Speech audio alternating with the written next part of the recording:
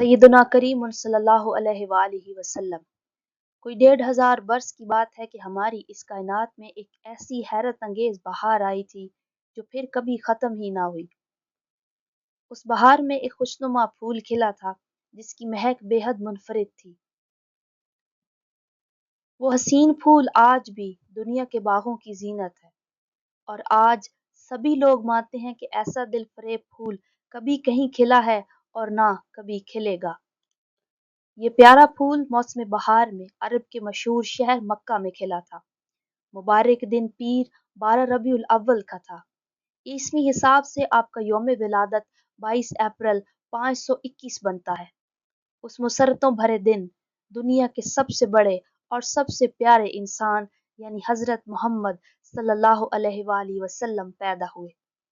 आपके वालिद का नाम हज़रत अब्दुल्ला और वालिदा मोहतरमा का नाम हज़रत आमना था। मक्का के शरीफ और अमीर घरानों का दस्तूर था कि जब उनके नौज़ायदा बच्चे 8 दिन के हो जाते हैं तो वो उन्हें दूध पिलाने वाली ऐसी मखसूस औरतों के हवाले कर देते थे जो सहराओं में रहती थी। हज़रत आमना ने बीबी हलीमा को मुंतखब किया।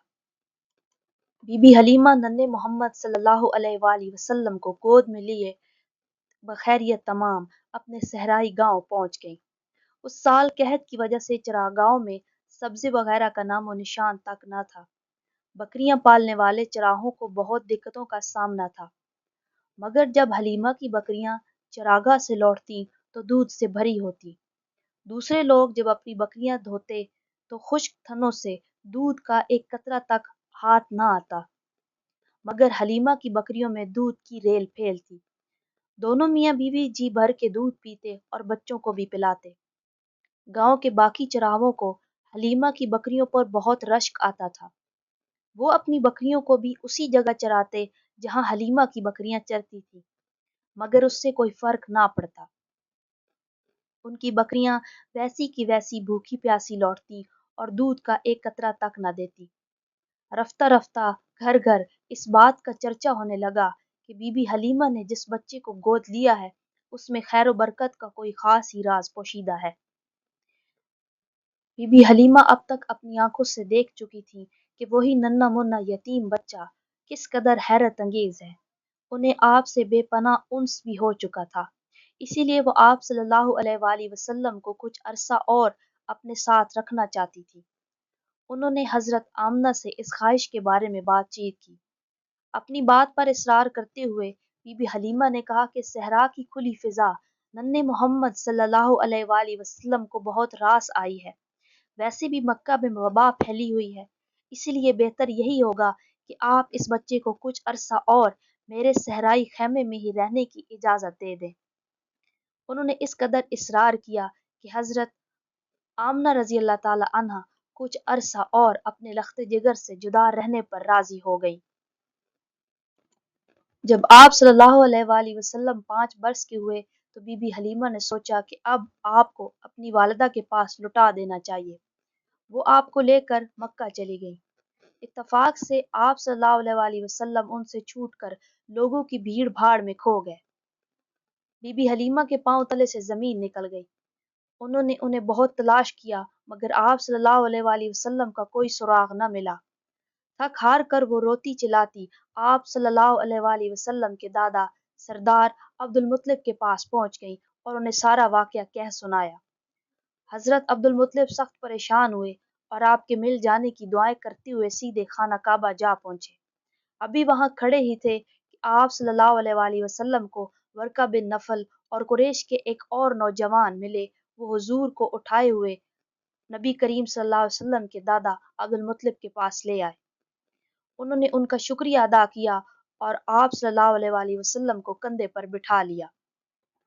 हुजूर सल्लल्लाहु अलैहि वसल्लम की वालिदा आप सल्लल्लाहु अलैहि वसल्लम को पाकर बेहद खुश हुई।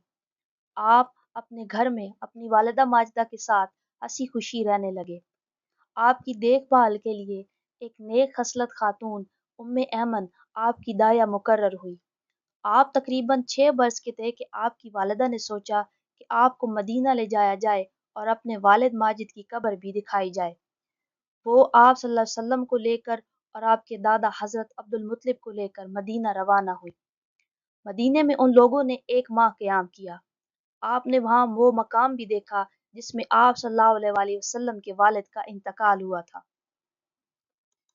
یہ لوگ مکہ لوٹنے کے لیے روانہ ہوئے، مگر ابھی راستے میں ہی تھے کہ ابوا نامی گاؤں میں آپ کی والدہ ماجدہ بیمار ہوئی اور وفات پا گئی۔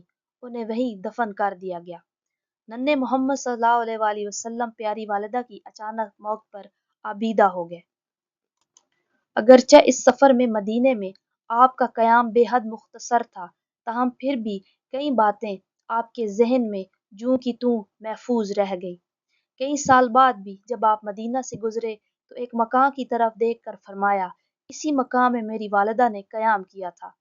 ایک تالاب کی طرف اشارہ کر کے فرمایا، یہی وہ تالاب ہے جس میں نے تیراکی سیکھی تھی۔ ایک میدان کو دیکھ کر فرمایا، یہی وہ میدان ہے جہاں میں کھیلا کرتا تھا۔ اسی طرح بی بی حلیمہ اور ام ایمن کی یاد بھی آپ کے دل سے محو نہ ہوئی۔